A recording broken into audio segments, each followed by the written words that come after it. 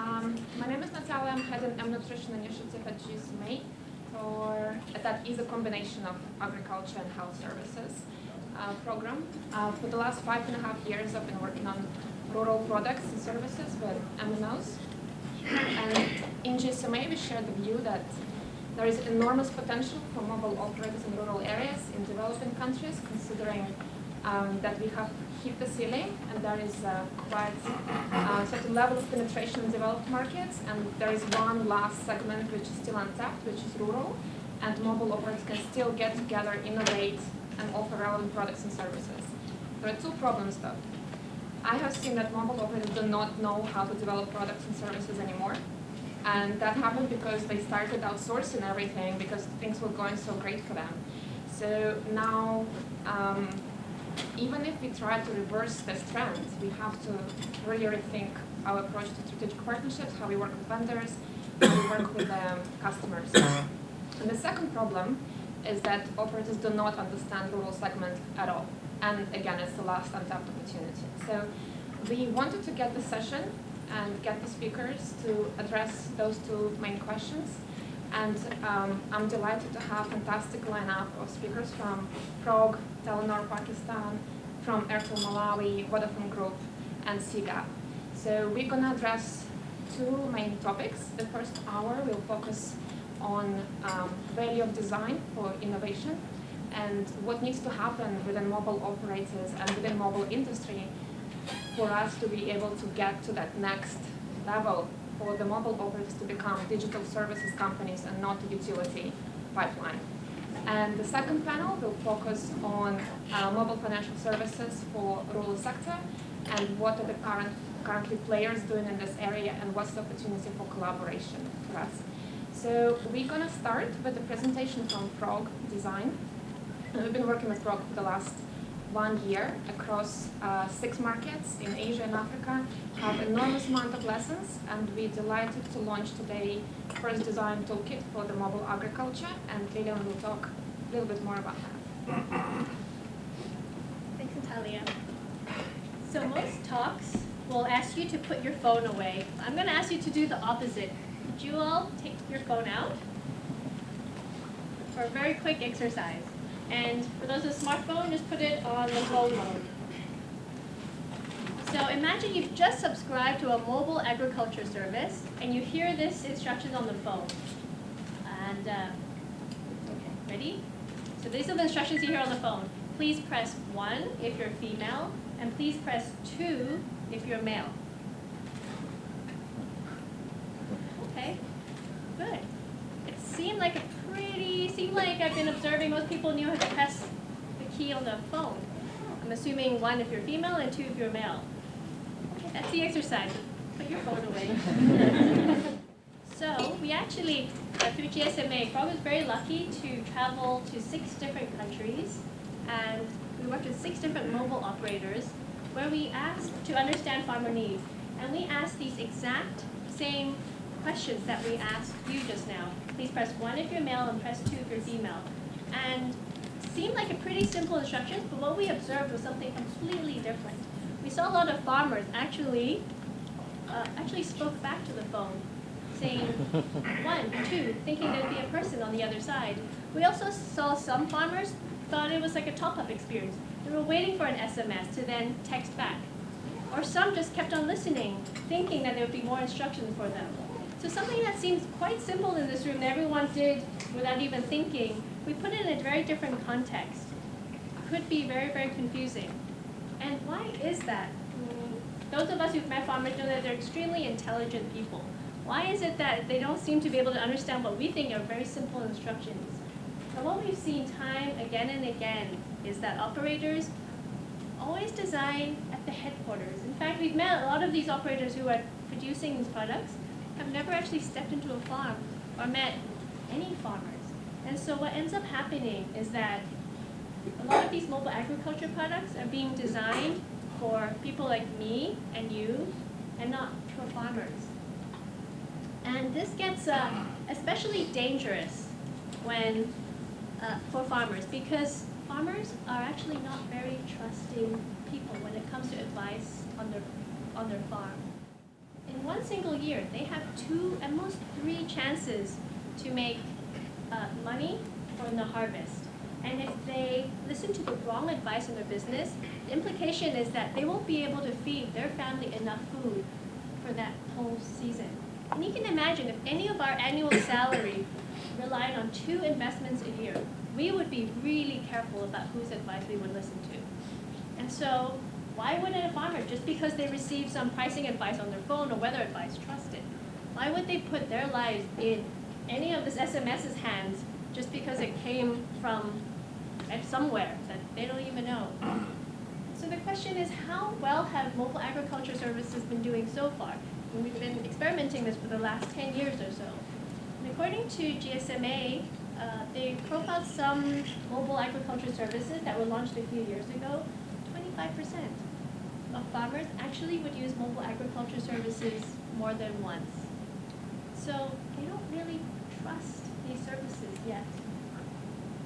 I don't think they don't feel they're at a point where they can really put their livelihoods in the services that are given to them today. We think that user-centric design is one step to earn that trust a little bit more with the farmer. And in fact, user-centric design is relevant for any customers, but especially for the ones that are harder to reach. Just because these customers are so different from us, we really need to take that pause and understand who they are. But user-centric design, what? I'm sure in this room, who's familiar with user-centric design, just to get a sense? More than half the room. For those not familiar, I just wanted to dispel some of the myths. User-centric design isn't just about going on a weekend to meet some farmers on a focus group. And it's not just the marketing and product department's responsibility to do that, come back with a beautiful report and tell the organization this is who farmers are. It's actually a lot more work than that. It's a relentless strive to understand who the customers are across the whole organization, from the CEO all the way to any analyst at the bottom, and at every single point of the product cycle, from the concept all the way till after a product is launched. It's pretty hard work, but it pays off. We've seen that companies that use user-centric design as their key strategy, so companies like Apple or Starbucks, they financially perform a lot better. Good design has become good business. And for those who want to start, it's not as complex as it sounds. I don't need to worry and shake your CEO saying you have to do this. There are ways to start. And as Natalia mentioned, we're super excited that today we're launching the very first user-centric design guide for mobile agriculture. And so user-centric design has actually been around for about 40 years now. So we've taken the best practices there, and we've combined it with what we've learned in this past year across 6 countries, working with farmers and different operators in them. And we've condensed it into this toolkit that you can see goes around. So from when you're starting to plan the concept, to learning about farmers, to launching the product or afterwards, doesn't matter where you are in this cycle, you can use this toolkit and follow the tools. And you can see it's a cycle, so no matter where you are actually, you'd have to continue following it, to continue iterating on it. So it's not one of those cycles where after you've learned, you've launched, you're done. It's a constant iteration of learning about your customers more and the farmers more. And in this toolkit, we've gone from plan, learn, create, and there's a lot of details with activities on each of them. So it's packed with worksheets, examples, and stories to help kind of a step-by-step guide about if any of us go to the farm and meet farmers today, what are the tools and how do we really talk and learn and listen about their needs. So I want to take a tool that is my personal favorite out of the toolkit. This is from the listening to farmers stage, the learn stage. It's called the trust circle. And it's a pretty simple exercise where we'll ask the farmers, if you're in the bottom of the circle, that's you, who do you trust for information to help on your farm? And they would place different players, the ones that they really trust close to them, and the ones that they trust less, further away in the circle. So we first asked operators in the headquarters, what do you think farmers would say? And the assumptions was that, the farmers would trust their other farmers and family a lot. And then they would trust the institutions like operators, banks, TV and radio. And outside, the people they would trust least would be the evil middleman and the loan sharks for information. So this was pretty consistent, what we heard from the operator's perspective. When we asked the farmers, they gave us a pretty different perspective. This is the aggregate results from farmers that we met in Sri Lanka, but it's pretty consistent across the 6 countries that we've worked in. So farmers trust their family, and the way they view other farmers is interesting. They're kind of competitors as well as friends. If the other farmer does well, it might affect you. So they do trust a few farmers, more the high-performing ones. And the ones that they put right outside are actually the formal institutions. And you'll notice the operators are there. And in fact, some farmers even put operators outside the piece of paper. Like, how can they don't operators a farm? How can they understand anything about us? Of course, what kind of information could they possibly give me that would help me with my farm? So knowing insights like this is very powerful because it will let you know when you're developing this product, where are you in the trust circle, and who do you have to leverage to really get a bit closer to the farmer, so they do trust the service. So that's an example of one tool, and hopefully this toolkit will be filled with these very actionable tools for each of you. But that's kind of the first step. If the entire organization is serious about becoming more user-centric, there are 3 other bigger organizational processes to follow to sustain this journey. And these are ones that we found to be a little bit more difficult based on our experience this past year. Firstly, it's just slowing down. Notice that a lot of operators are about coming up with new features and products a lot, constantly. And what we're trying to work with operators is to slow down and to test and listen to the farmers and what they need. And especially something very important is to test your current products. And it doesn't have to be launched and perfect to test it. You could actually be using paper prototypes. Like here are some examples from Myanmar and Bangladesh. And I think here's an example from Ghana when they actually had a friend just pre-record some messages to test content. And I think in Telenor Pakistan just a few weeks ago, they wanted to see how farmers react to smartphones. So they actually went to Google Play Store, downloaded a mobile app, and gave it to farmers. They had the hypothesis that because farmers are less literate, video would be fantastic for them. But when they actually tried to have the farmers play the videos, they realized that the word video doesn't even exist in their vocab yet. And so what's interesting is, I have to explain. It's kind of like watching a TV but on your phone. So things like this, like assumptions that we might make, might be very different once you start prototyping it. And so we highly encourage that. Second one is that everyone should be part of this, of going into the farm.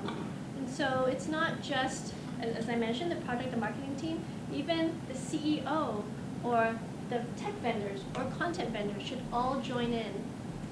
An example here from Dialogue Sri Lanka. So here's Inas, a product manager. He went to many different farm interviews. He really understood what farmers needed. Then when he went back to the headquarters to try to share what he had learned, people found it very interesting. Then a week later, he noticed that the technology department had decided to send the voice SMSs at 9 a.m. every day. No.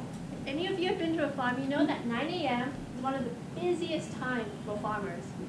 But because the technology department was taking that 9 to 5 mentality that we have here in the city to design the product, if only he had taken a day or two to go to the farm, then we would have avoided it. So that's why it's important for everyone to go as well, because if any one of them does it, it kind of breaks, you can see, whether it be marketing or content or tech, it could affect it. And then very lastly is to kind of understand farmers beyond just being farmers as if they're all the same. There are many different types of farmers. We've noticed there's some farmers that are super ambitious, they like trying new technologies. There are ones that are more traditional. And then there's younger farmers now where a lot of them are actually on Facebook. They're very, very different breeds. And so understanding the subtleties of this will help design the product a lot more. So this is an example from Ghana Vodafone where they noticed a really interesting type of farmers, but these were kind of like leading farmers who everyone trusted for information. And so now, because of that insight, I think the organization is trying to think, how can we partner with these lead farmers to distribute the product more? So by taking that time to really understand different types of farmers will lead to really different ideas about how the product could be executed. So those are just three tips that we've seen of quick things that operators can do. And I just want to lead with this idea of needing to earn the farmer's trust. I think I've seen a lot of the attitude is that as long as the service is launched, farmers will love it and they'll use it. It takes time to go from outside of the circle to inside of the circle.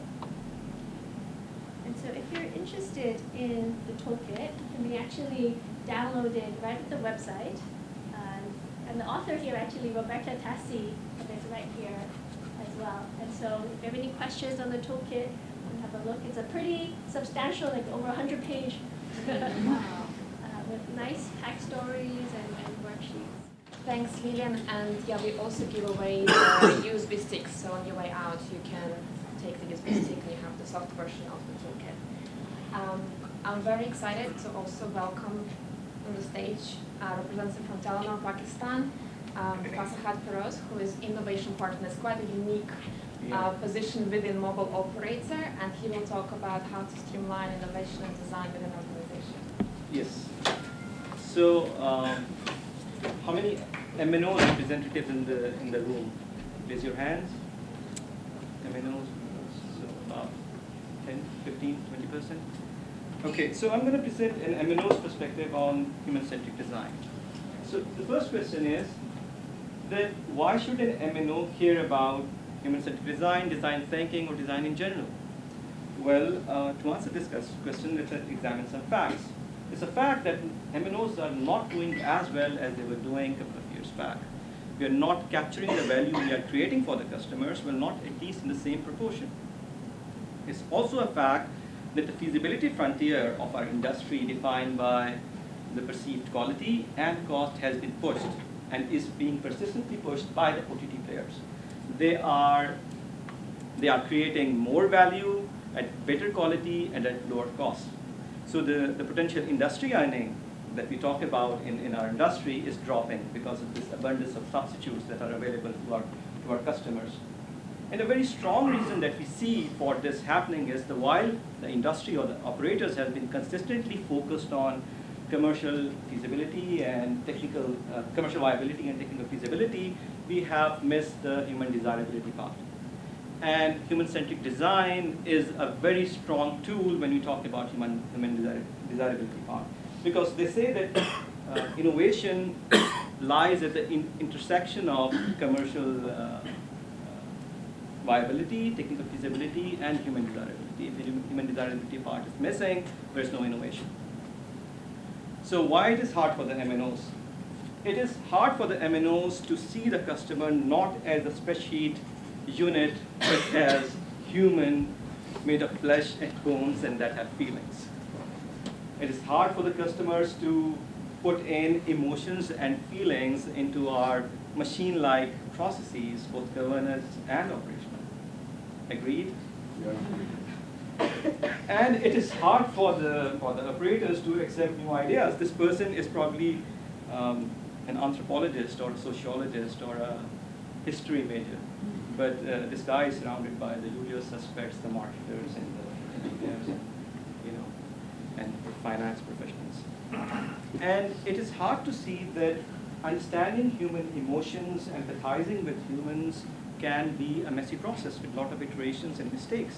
But our processes doesn't allow for mistakes or iterations. We follow a very standard approach of waterfall, no iteration, methodologies, stage gate, and different names. And our incentive system is based on top line, bottom line, ratios, percentages. It has no room for humans or emotions in that. And human-centric design is like learning a new language.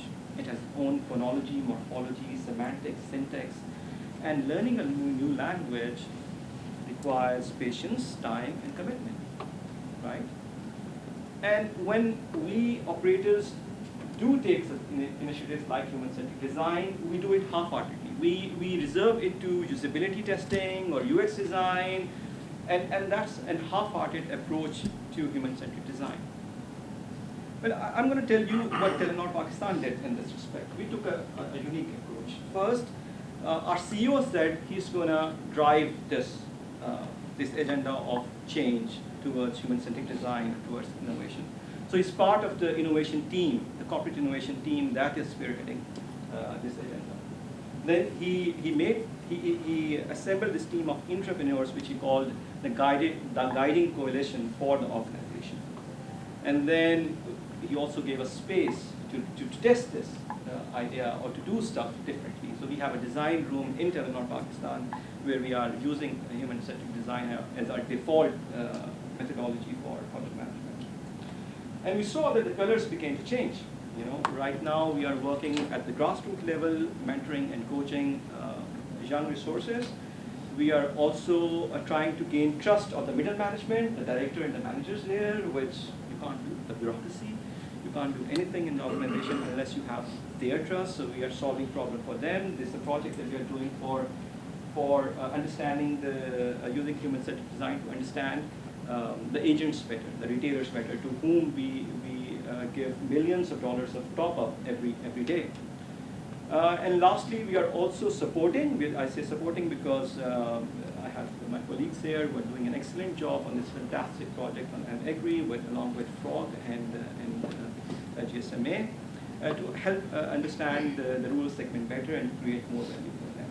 And for a country like Pakistan, where 25% of our GDP and 40% of our workforce is dependent on agriculture, one way or other, perhaps there's no other option and not to understand the agriculture sector and the people and the farmers and everyone associated in their life space.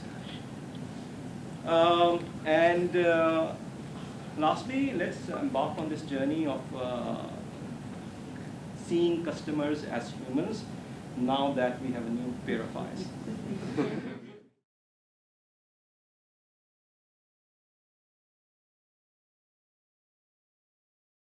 I would like to welcome two of our speakers back on stage and join me for the panel discussion. So we'll have 15 minutes of questions and answers, and then we'll open for the audience. I'm sure you have lots of questions and both of them. You both touched on innovation and design, and we had quite a lot of concerns and kind of eyebrows, like from the audience very often, who think that design and human-centric design is a buzzword. We are not doing design for the sake of design. We are doing this because we actually want to innovate. We want to make sure mobile operators innovate and don't wait for the ecosystem to do everything for them because it might be too late at the end of the day. So I wanted to check kind of your perspective of what's that correlation between design and innovation, and maybe you have examples from other industries of how design can drive the innovation in the space. And if you never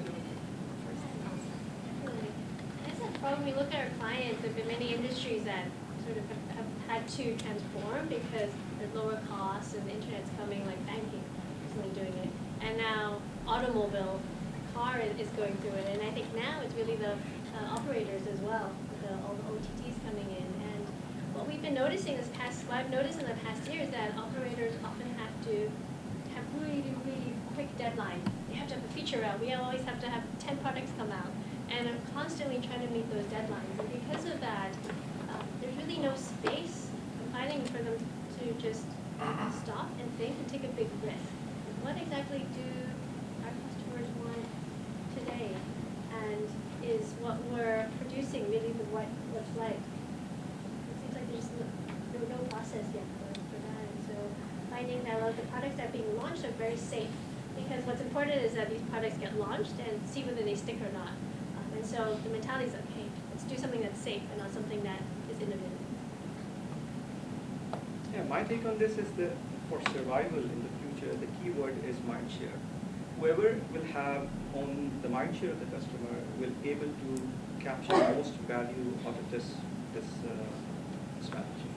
And right now we see that the operators are creating so much value in terms of 3G, 4G, LTE, the infrastructure they are building, the money they are investing, but they are not being able to capture the same value. They are doing things with their business models, but unless they stay relevant to the customer, and this human-centric design is a great tool to keep that relevance with the customer, then they'll be irrelevant. And then it kind of goes against the short-term KPIs because you have to start looking more strategically at how you become more relevant to the customer, provide relevant products and services, and capture more value at the end of the day. So I'm talking about design coupled with strategic long-term view. And then you both touched on misunderstanding of what user-centric design is. Lilian, you said it's more than just doing one focus group with your own customers. And Fasahat, you said that you, despite the fact you have usability lab and all the products from Telenor Pakistan go through usability testing, it's still not enough. It's not the full transformation. So maybe you can speak a little bit more about your view of ideal organization that can embrace the design core of the company and how it can even work within the existing structures of big bureaucratic organizations we have created over the last 15, 20 years. Well, the key word there is ambidexterity. So we have to exploit and explore, right? So we have to exploit what we have built right now, our infrastructure, the competencies, the skill set, the people, and then we have to explore the future as well. Right? So, and let me take the business model approach to this. So we have the business model right now, which we are using, and we are consistently talking about optimizing that business model to earn the bread and butter our goals that are defined in our goals. So then we are talking about mutating our business models, looking for adjacent spaces, looking for new value propositions, and looking for new channels to reach our customers, looking for new ways of making revenues. But with design, we are talking about exploration. We are talking about probing the future, right? And we can also say that design is about when we're talking about business, design is for the customers whom you know nothing about, their habits, their behavior, what they think, what they feel. So I think fundamentally businesses have to think themselves into different segments strategically and give design the desired strategic context in terms of people, in terms of culture, in terms of structure, in terms of processes to do a good job.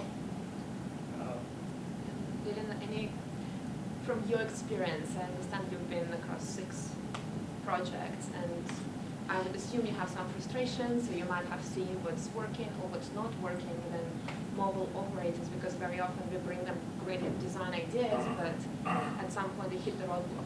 So I was wondering, from your perspective of an outsider, what processes have to change, or what skills maybe operators start to build right now to be able to innovate? So for me, I think one thing I've been trying to grapple in my head are MNOs marketing organizations or technology organizations. So if it's a marketing organization, when I hand over design, they're actually amazing at marketing out the design. I'm very impressed how fast it is, how creative it is. But from a technology perspective, then I'm actually quite shocked at how behind actually MNOs are. In a sense, like today, most technology organizations are going agile, for example. Like user-centric design has been implemented for many, many years, and it seems like this concept is only just being introduced. So in terms of what has to be done, if an MNO does want to be a technology company, it's really changing processes, mindsets, and then KPIs. And you mentioned also when we had this conversation before that most of software companies dropped Waterfall Methodology about 5 years ago, while mobile operators are still doing that. And I think the problem also spills over the vendors that mobile operators are working with. And we have seen over the last 5 years that vendor contract are so like standard and so fixed that you would never find costings that include product iteration. You would be lucky if there is a small line for product maintenance, and that's all you can assume is going to be there. So then the question is, because mobile operators can't do everything themselves, they have to work with the partners, they have to work with the vendors. So does it mean you have to start looking at a different way of sourcing vendors? Shall we start working with smaller, more agile organizations, or maybe operators are positioned quite well and have enough power in the market to even transform the processes of working with vendors? And I just want to mention that from our experience, Telenor Pakistan was the only operator who has a process of co-creation with the vendor, and the vendor is actually part of the process from onset and through the product iteration cycle. Well, let me first tell you that why it is happening. It's every operator has this operational excellence or cost-cutting goal, and and one of the ways to go about is centralization. So they have centralized the sourcing function, and when you have centralized the sourcing function, that means whether you are partnering for design or for a large billing swap project, you're going to more or less use the same sourcing criteria. And that is the main reason that when we talk about partnering or co-creation with the partners, most of the opcos don't have the required criteria for selecting the partners. But here I want to make an analogy. Human-centric design is to service industry what Toyota production system was, and for those who were familiar with the Toyota production system, was for the manufacturing industry. And the same way Toyota introduced tools like continuous Kaizen, continuous improvement, tools like Jigoda, which is automation, and just-in-time inventory. Similarly, I think, and created this egalitarian arrangement with their partners, with their suppliers, where the suppliers were converted into partners and have the same ground or the same knowledge about these methodologies, these tools. So an MNO is about will, and I think if MNOs has the will, they can convert their partners to use the same standards, the same methodologies, such as human-centric design, if they want to really bring the change. And I agree with you, it's not possible to bring this change unless you have all the elements of the ecosystem, or the system, which is going to bring this change using the same language, and in the same letter and spirit that it requires. I agree. I think the hard part is figuring out, I've been trying to think about who starts this change. Is it operators that started? Is it the vendors who should start it? And it seems like operators have enough of that market power to maybe force vendors to be a little bit more agile, or even change the mindset of actually not seeing a vendor as being just a low-cost solution, but inviting them to come to the field with them and actually see vendors more as potential partners rather than a low-cost solution.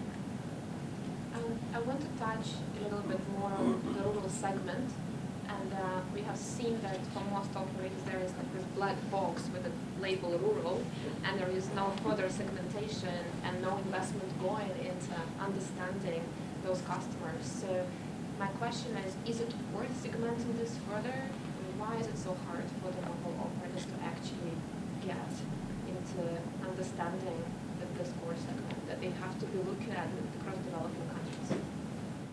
From what I see operators underestimated how difficult it is to win the hearts and the trust of the rural sector. I think there's, if they're like, oh, okay, I'll send an SMS out, they'll love it. And I think there's that little bit of that assumption. And to be honest, I think actually understanding the rural segment is not easy.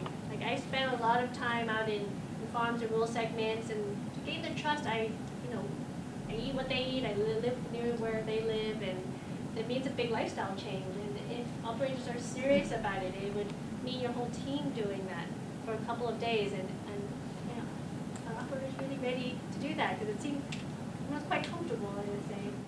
I think I saw some points in Lilian's presentation. It's about proximity. Our product development teams are usually headquartered are usually stationed in the headquarters, which are in the larger cities. It's about time. We usually are pushed for. We have this mantra of time to market, and it's so strong that it pushes us, our development teams, to come up with products every month, and lots of them. And also it's about people. We don't have the right competencies. I talked about people who can understand the customers better, the anthropologists, the sociologists, the philosophers, right? Who can understand these humans better than an engineer. I'm an engineer, so I can tell you. And then lastly, I think telcos are also in the habit of the word you use, outsourcing this process, right? Of understanding the customers to other people. We have this process of segmentation, which we outsource to these survey companies, which ask standard questions, and every operator outsources perhaps the same survey company to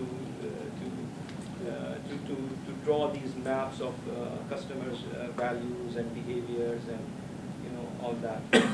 But design or this methodology or connecting to the customers would require our product, how we develop product, a major radical shift how we do that. We need to spend time with the customer in their life space, their psychological life space, their physical life space, and not just a simple visit, as Lilian pointed out, a couple of hours asking them different questions. So because they will then behave differently, seeing you there, suited, booted, coming from a city, right? Talking about a mega project. So it will take a lot of and that's where I think for opcos that's a tremendous opportunity, because that could be the strategic asset, this bottom of the pyramid. If you can understand them better, can relate to them, can connect to them, and put them a bit closer to where you put them in your diagram, right? In their space, life space, that could be our strategic asset when we are talking on taking on these OTT players in this market in respect to for market share and products. So this could be, I see as a tremendous opportunity for us. And I really like one of the examples from startups. There is an American startup, Zappos, that actually decided to start bringing some core competencies back in-house. And they were following the rule of thumb that you cannot outsource something that is your core asset or core competency. And the relationship with your customer and understanding your customer is sometimes your core competency. It's a very often your core competency. So when operators bring in research organizations that do phone surveys from the main city and fill in the same questionnaires every year, they're not bringing us closer to understanding those customers at all. And in the case of Zappos, they actually started building their own helplines in-house instead of outsourcing customers continuously to India, and changing KPIs as well, like when you put the KPI around, is the problem solved, or the helpline agent actually spent like less than 3 minutes on the call because you're trying to be so efficient that if you solve the problem or not becomes less relevant and less important. And I think it's also a little bit about the comfort zone.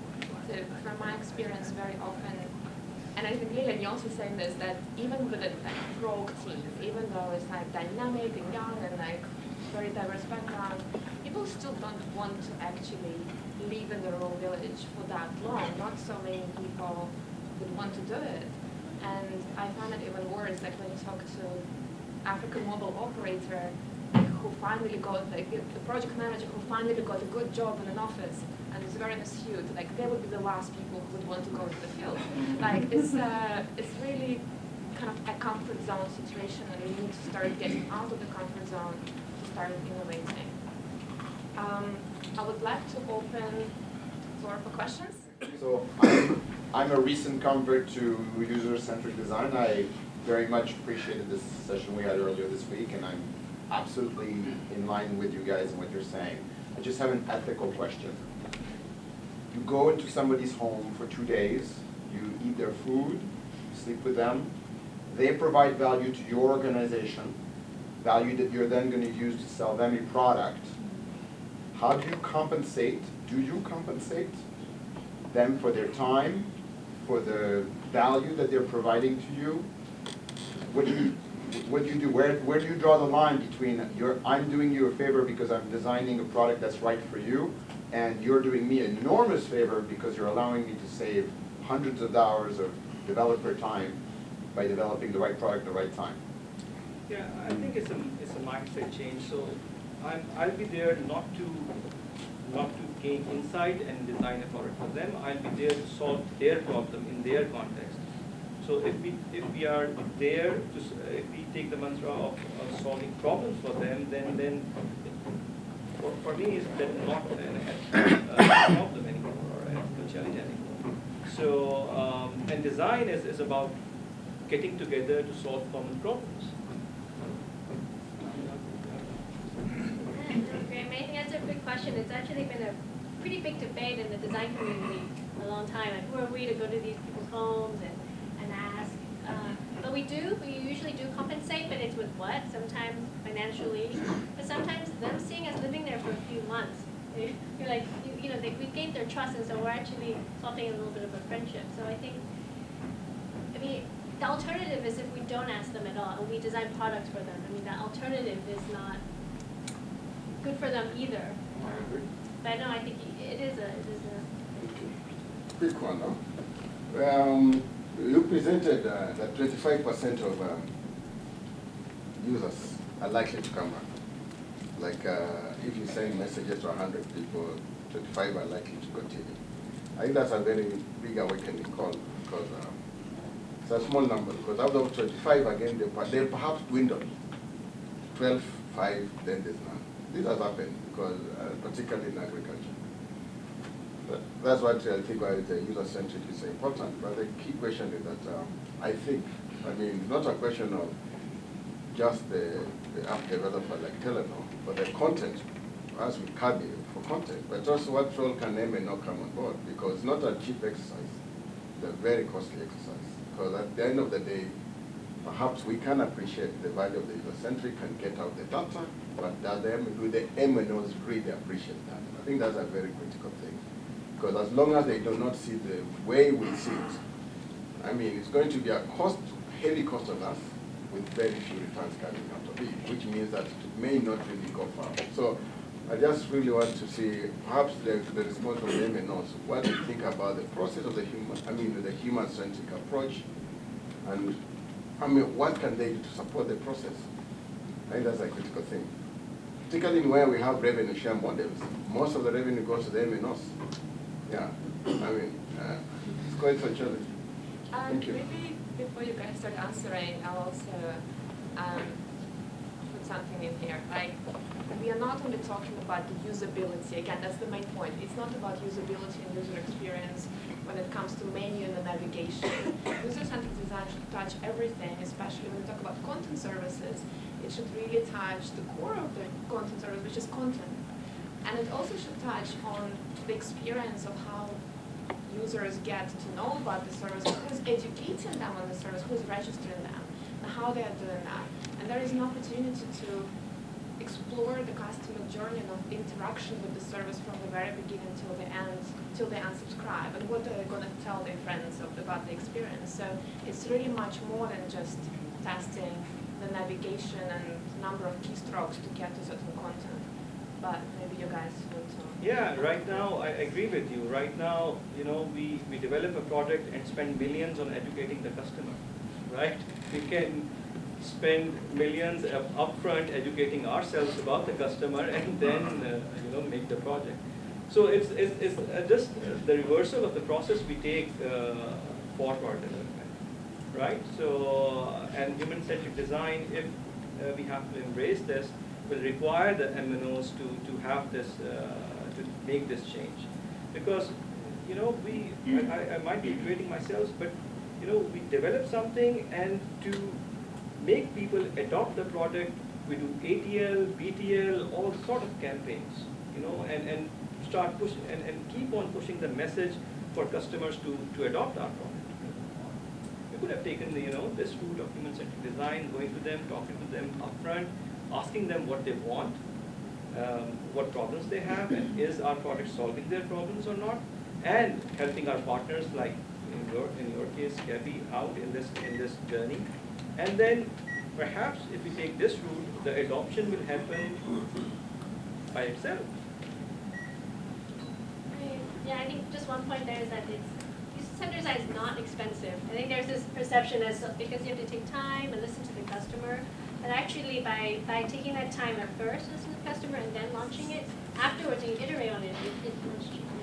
Joe Richard from Palladium. That was actually one of my questions was, doing the user-centric design at the initiation of a product and development of a product, really where things tend to fall down is that continuous process of learning, and how do you develop that product and adapt that product and learn from how it's implemented over time to be able to not only retain users but get new users because it's continuous. And can you address how maybe Telenor would do that, or Frog? Is it different than your original process?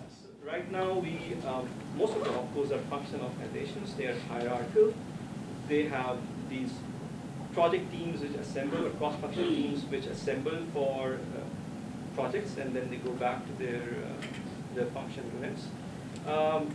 But if you're talking about design or design projects, we perhaps need multidisciplinary, self-managed teams, smaller ones, but which stick to these projects for a longer period of time. So they don't go back to their functions. And here we are talking about fundamental change in our organization design, perhaps, because these teams will have a person from this team might be McKinsey uses this term, the T-shaped model personality, with you have in-depth expertise of one area, but then you also have system view as well. So we need these kind of teams, smaller agile teams, to take on these projects and stick to those projects through the iteration phases. So that's where, but right now in Telenor Pakistan, we are still working in the strong matrix, weak matrix sort of project organization structure. But I think these tiger teams, which we call them, small, agile, multidisciplinary teams, is the way to go for user-centric design projects. Is there even an opportunity to combine the core business, which is well established with all those processes, with this innovation units and tiger teams? You talked about it. Our core business is like, I see them as Formula One race drivers. So they are so much focused on, the next turn on the path, on the road, and competing with the other drivers on the road that these they don't have time to think about new car models, aerodynamics, and new engines that we're talking about here. So strategically they have to isolate or insulate this new organization design from the core business. Otherwise, if the gravitational force of the core business is so huge that if you take a half-hearted approach towards this, it's going to fail every time. Even maybe you had some good examples from other industries as well, you can combine innovation with core business requirements. For example, we've been working with General Electric to become more user-centered design. It's been an 8-year process. And they did start small first with a couple of different small units, like some of the more important products, make them agile, and then when other departments liked it more, it then spread. So I think it does have to be, once we've seen huge organization, it is more organic. Yeah, the comment I made, you kind of raised it both. I come from the MNO background, so the operator background. Yeah, I fully agree with you. We're so focused on core, and it takes a lot of grounding to shift that. But I do think telcos are selling products and services. That's our mindset. We're not selling solutions. We might try and pretend that products and services are a solution, and especially if you get B2B, we're probably a little bit better at that. But when we start getting B2C, I don't think that's our mindset, because that's not where the P&L is driven.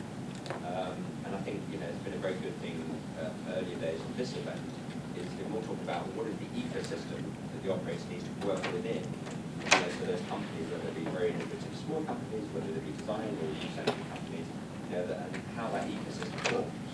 And I think that's the bit that we can crack that and actually open the mindset of the operators to operating in a different way in their ecosystem.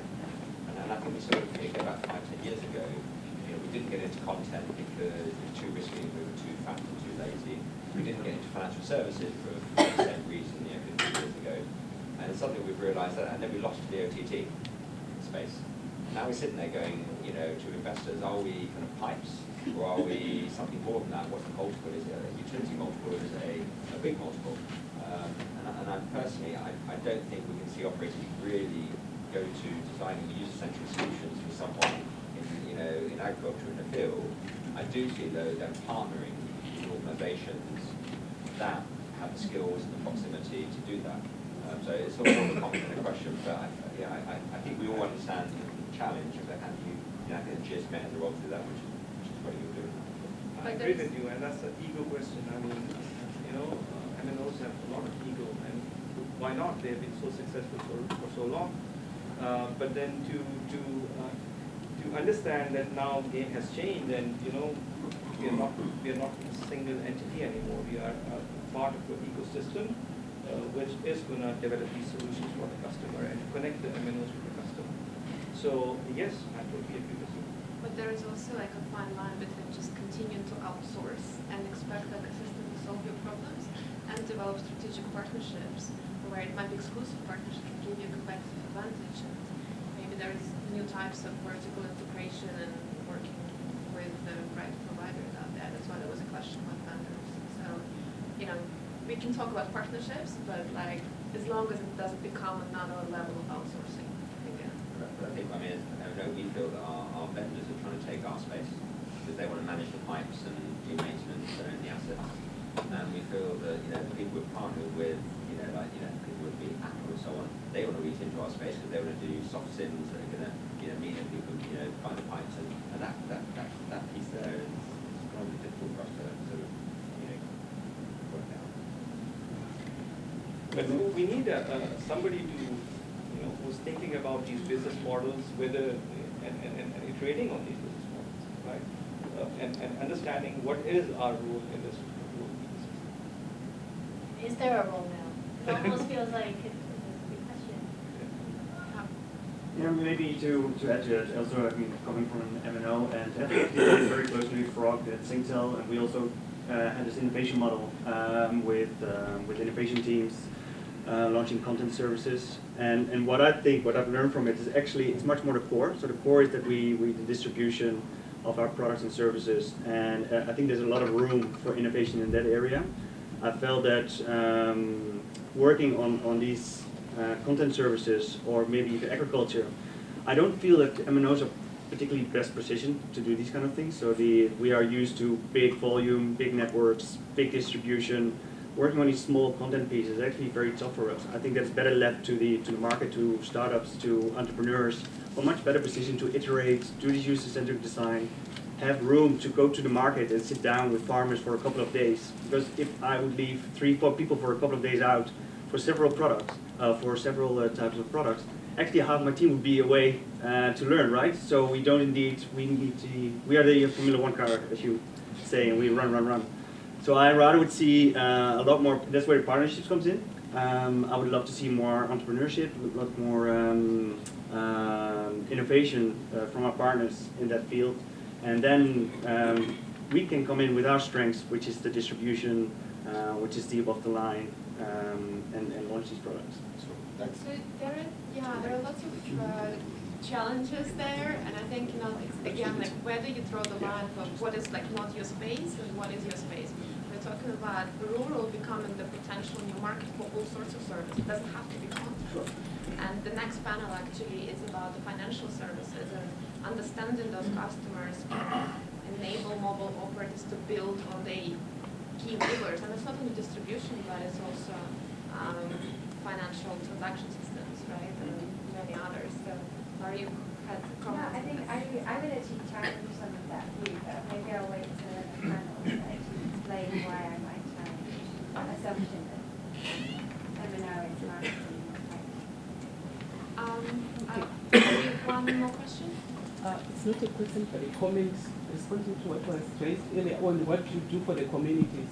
And from an MNO, through the corporate social responsibility, you might not pay directly to the families, but you identify a need in the community, like you do the boreholes, you bump their schools and the like. You come back as an MNO to empower the people in that community.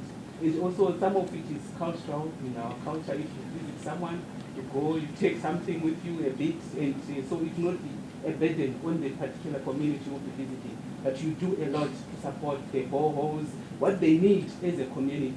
And also, as an MNO, I will look ourselves as an enabler. We bring the technology. And you do smart partnerships, the agricultural information. We have the seed companies who do the seeds, the fertilizers, the farmers' unions. We take them, those on board, you provide them with the technology to take the service to the communities.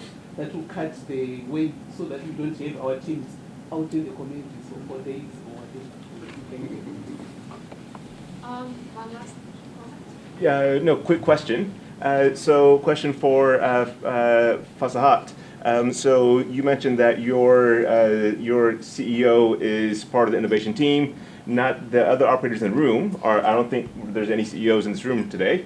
But when these guys go back and they embrace, if they do embrace this idea and they want to do this, maybe their CEO is on board. I imagine when they go to CEO and say, hey, we should do this, he might ask for the business case or he might ask for some rationale. So tough question, but yeah, how if these guys go back to their operators and they want to do this, they get stuck. You know, it will depend on the CEO. I mean, it is a CEO's call. You can make your case with a business case or without a business case. In my case or in our case, the CEO, we don't have any KPIs. We've been working for a year now. And if a CEO is okay assigning a bunch of people with a change agenda and not giving them any KPIs, I think that's a CEO's call. So I don't have any particular, but you know, you need people which keep on trying with the C-level people and keep on hitting them that we need to change, we need to do things differently, and somebody might hear you. We have Bit to of luck. stop here and move to the next panel. Thank you so much. Just a round of applause to our team.